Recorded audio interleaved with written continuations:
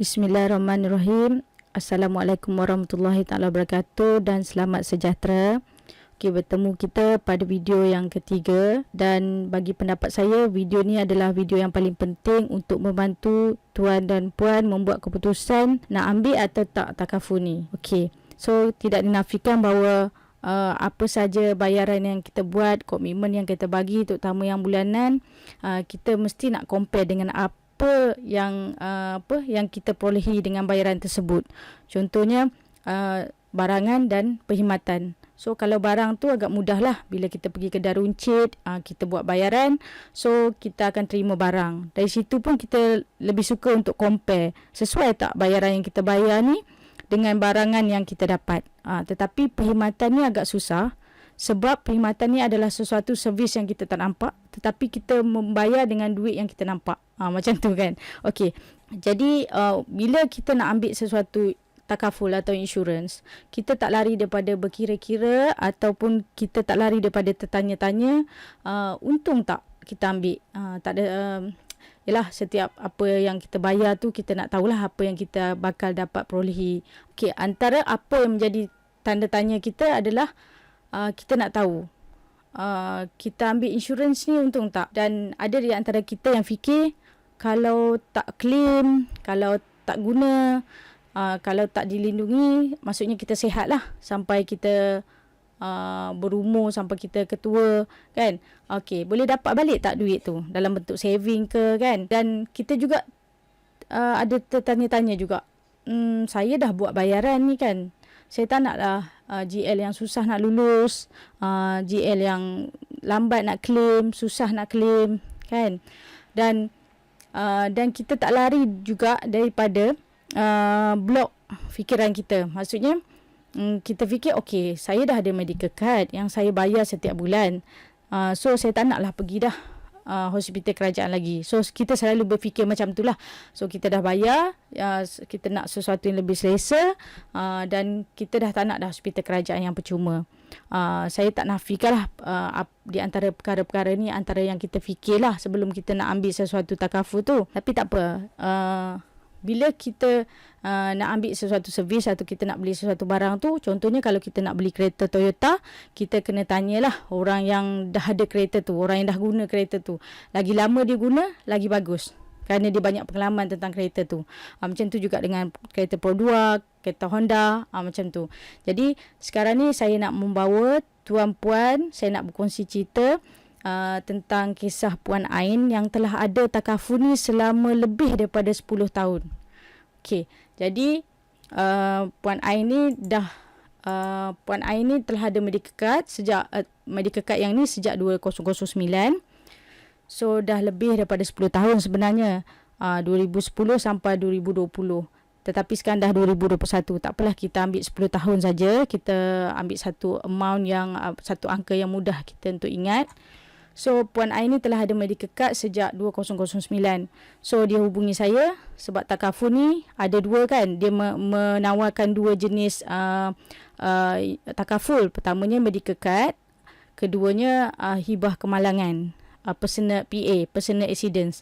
So dia nak ambil yang lagi satu pula. So dia dah ada medical card, so dia nak ambil yang PA juga. Jadi dia hubungi saya. Jadi saya tanyalah, Puan Ain, Puan Ain dah ada medical card ke kan? So dia kata dia dah ada lama dah, sejak 2009. So saya minta dia share dengan saya lah pengalaman dia, sebelum ni dia pernah warded ke, dia pernah guna ke, pernah dilindungi ke atau tak. Okay, so dia share dengan saya. Okay, dia kata pada awal-awal tahun yang pertama memang dia ada cuba untuk gunakan medical card ni, tetapi tidak diluluskan, JL-nya tidak diluluskan. Dia nak guna untuk rawatan lah, bukannya accident.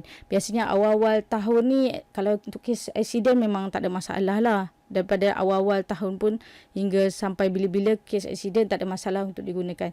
Tetapi pada awal-awal tahun ni, dia ada cuba nak guna, tetapi dia tak dapat, JL-nya tak diterima, dan dia faham, dia berlapang dada, dan dia faham bahawa situasi rawatan dia pada waktu itu tidak memenuhi polisi, tidak memenuhi syarat polisi. Jadi dia terimalah keadaan tu. Okey. Tetapi pada start daripada 2012, 2013 macam tu, anak Puan Ain ni perlukan rawatan kerana demam influenza. Alhamdulillah anak dia dapat warded dan dapat dilindungi sebanyak 3,000 lebih sebenarnya. Saya letak 3,000 sajalah dekat sini. Okey, sebanyak 3,000 lebih.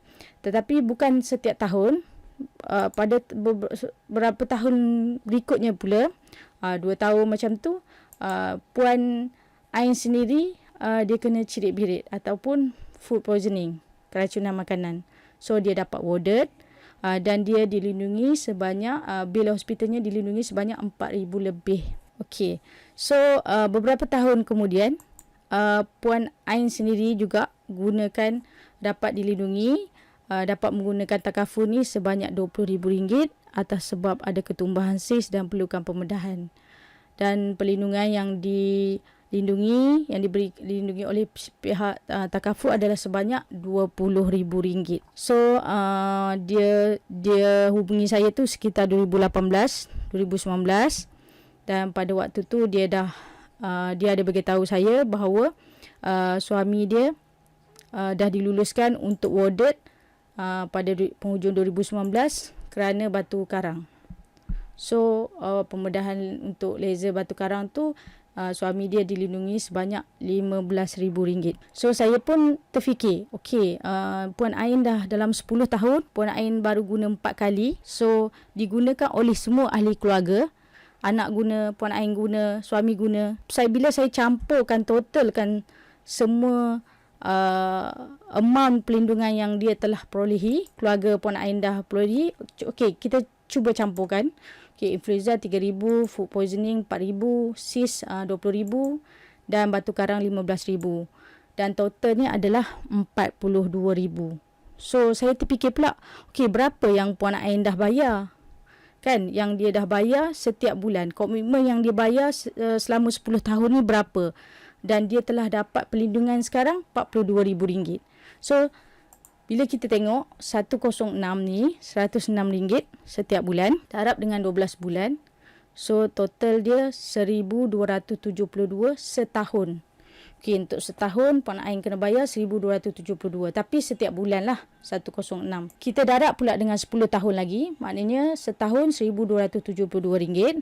Kita darabkan dengan 10 tahun jadi RM13,000.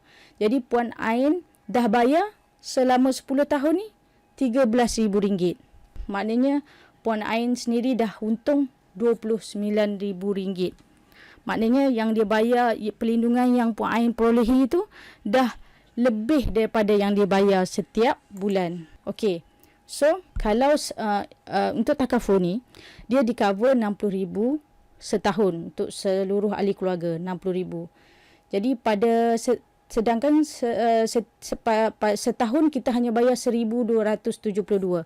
Katalah tahun tu kita guna beberapa kali atau sekali saja 2-3 ribu, atau katalah bil kita 3,000 pun kan, bermaknanya sudah lebih daripada yang kita bayar. Ini kan pula kalau kita guna full 60,000 setahun. So kalau 60,000 setahun tolak yang kita bayar, kita dah untung dalam masa tahun saja RM57,000. So dan kenapa ada takaful, ada masa yang GL kita kena reject semua kan. Okey. So saya tidak mengatakan kita tak boleh guna pada tahun-tahun yang pertama tu. Untuk kes kemalangan dan jelas itu tak ada masalah untuk guna. Tapi untuk rawatan, pihak insurans dia perlukan sedikit penyelidikan untuk tahap kesihatan kita dekat sini pada tahun-tahun yang pertama. Tetapi kita selalu rasa terinaya lah. Kita kata ada masa GL saya, kenapa ya ada masa GL saya tak boleh tak lulus kan. Kenapa saya belum pernah lagi guna. Beberapa tahun pertama ni kita pun macam suspend lah kan. Sebenarnya takaful ni senang, tak guna kan. Kita tak ada pengalaman lagi. Jadi sebenarnya dekat sini saya nak sampaikan bahawa pihak takaful tidak boleh tak luluskan GL kita tanpa sebab. Kerana pihak takaful mendapat lesen dari Bank Negara Malaysia. Semua takaful di Malaysia mendapat lesen daripada Bank Negara Malaysia. Jadi mereka tidak boleh tak luluskan GL kita tanpa sebab. So, andai katalah kita rasa diinaya, kita rasa kita patut audit tapi tak diluluskan GL, tak di cover, kita boleh membuat laporan kepada bank negara. Bank negara akan membuat siasatan. So, jika syarikat takaful bersalah, dia boleh dikenakan denda lah oleh bank negara dan dikenakan tindakan. Ataupun lesen takaful mereka boleh ditarik balik. Kalau tentang lulus GL atau tak, kita serahkan kepada bank negara. Macam tu. Kita serahkan kepada undang-undang. So, untuk kita sebagai orang awam yang memiliki sesuatu takaful tu, untuk mendapat keuntungan kerana dilindungi tu sebenarnya adalah tinggi. Cuma untuk certain masa kita perlu bersabar dan berlapang dada untuk menerima jika audit kita tak diterima ataupun GL kita tidak diluluskan. Dan pada waktu inilah yang saya minta tuan-tuan dan puan-puan tidak bergantung kepada medical card sepenuhnya. Kita mesti berfikiran dua. Sama ada, kalau kita diluluskan untuk GL dan dapat rezeki untuk menggunakan takaful ni, kita pergi kepada hospital panel dan dapat kemudahan lah untuk audit dekat hospital yang lebih selesa berbanding hospital kerajaan. Andainya tak diluluskan, kita berlapang dada dan kita cuba fahami kenapa GL kita tak diluluskan. So, kita masih ada pilihan, iaitu pergi ke hospital kerajaan. So, di sini ada sedikit perbezaan takaful ni dengan takaful lain. Harap dah dapat membantu tuan-tuan dan puan-puan. Takaful lain bayar untuk per individu. Contoh, suami ada coverage dia tersendiri, RM80,000, RM100,000 setahun macam tu. Ada RM100 kena bayar. Isteri RM100. Saya buat anggaran saja ni. Anak RM50. So, untuk satu keluarga, lebih daripada RM350 kebiasaannya. Ada yang RM800, ada RM1,000 lebih untuk sekeluarga. Yang takaful ini hanya satu harga, 106. Bayaran ni adalah untuk suami, untuk isteri, untuk anak lagi, dan tak kisah tak terhad berapa bilangan anak. Dan semua bilangan ahli keluarga ni hanya perlu bayar 106. Pada satu amount sahaja. Dan dilindungi RM60,000 setahun. RM60,000 ni bukan bahagi kepada berapa bilangan ahli keluarga kita. Contohnya RM60,000 bahagi 5. Tidak. RM60,000 ni siapa-siapa pun boleh guna. Suami saja boleh guna ke? Anak yang pertama ni saja boleh guna ke? Ataupun suami nak guna, anak nak guna, isteri nak guna pun boleh. Tetapi dalam amount RM60,000 maksimum setahun. So, kalau tahun ni dah guna RM30,000, tahun akan datang dia akan jadi RM60,000 balik. So, total bulanan hanyalah 106. So, kalau 106 ni kita bahagikanlah kepada 5 orang anak, 6 orang anak, 7 orang anak. So, purata bayaran seorang hanyalah RM22. Kadang-kadang RM18, RM17. Kalau ramai lagi lah rendah bayaran untuk setiap orang sebenarnya. Itu saja untuk video kali ini. Semoga tuan-puan mendapat sesuatu. Semoga saya dapat membantu tuan-puan untuk membuat keputusan sama ada nak pilih atau tak takaful ni. Assalamualaikum warahmatullahi wabarakatuh. Terima kasih.